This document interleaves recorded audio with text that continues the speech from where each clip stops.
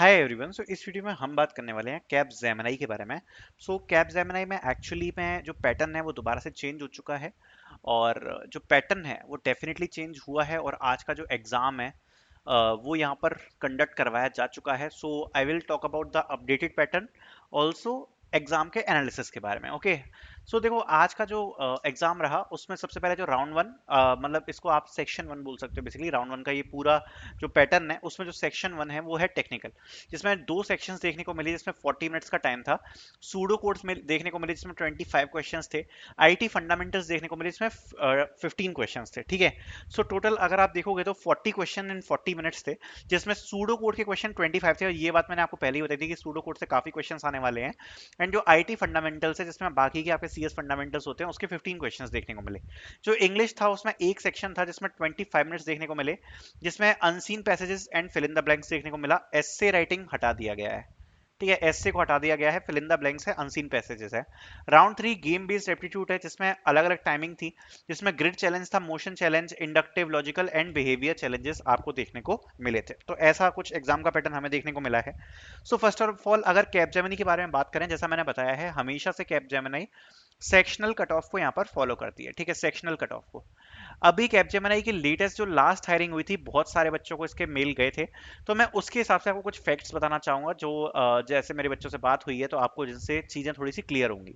सो जो basically round one है, ये एक ऐसा राउंड है जिसमें मास एलिमिनेशन होता है। पहले तो आपको ये समझने की जरूरत है। ठीक है, मास एलिमिनेशन होगा यहाँ पर।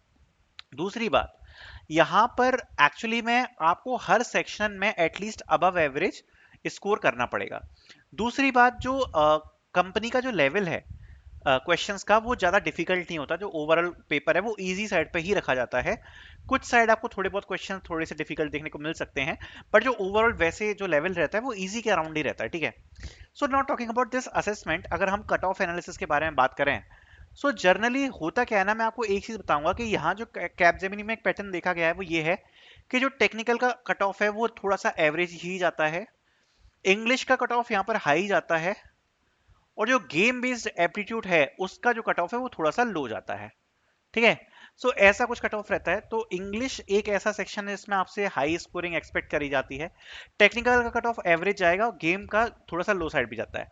अगर आप ये मान लो कि टेक्निकल साइड में अगर आपने 60 to 70%, इंग्लिश में अगर आपने 70 to 80%, एंड अगर आपने गेम बेस्ड एप्टीट्यूड में यहाँ पर वही 60 to 65% तक का भी स्कोर किया है, तो आपका ये राउंड जो है वो क्लियर होने के चांसेस यहाँ पर रहते हैं। ठीक है, यहाँ पर मैं आपको एक चीज और बहुत इंपॉर्टेंट है जो मैं बताना चाहूंगा, वो ये है कि यहाँ पर अगर आप देखोगे ये जो टेक्निकल असेसमेंट लिया जाता है, ठीक है, और फिर आपका गेम बेस्ड एप्टीट्यूड है, और फिर आपका इंग्लिश है, इनमें आपको एक चीज और बताना चाहूंगा कि यहाँ पर सेक्शन वेटेज भी है। सेक्शन वेटेज, इसका मैं आपको एक रीजन बताना चाहूंगा, क्योंकि अभी लास्ट जब कैपजेमिनी की हायरिंग हुई थी, सो उसमें एक बच्चे ने मेरे को ये चीज बताई थी कि जब उनने ये क्वेश्चन को सॉल्व किए थे तो उनका टेक्निकल का स्कोर आराम से 90% प्लस होगा।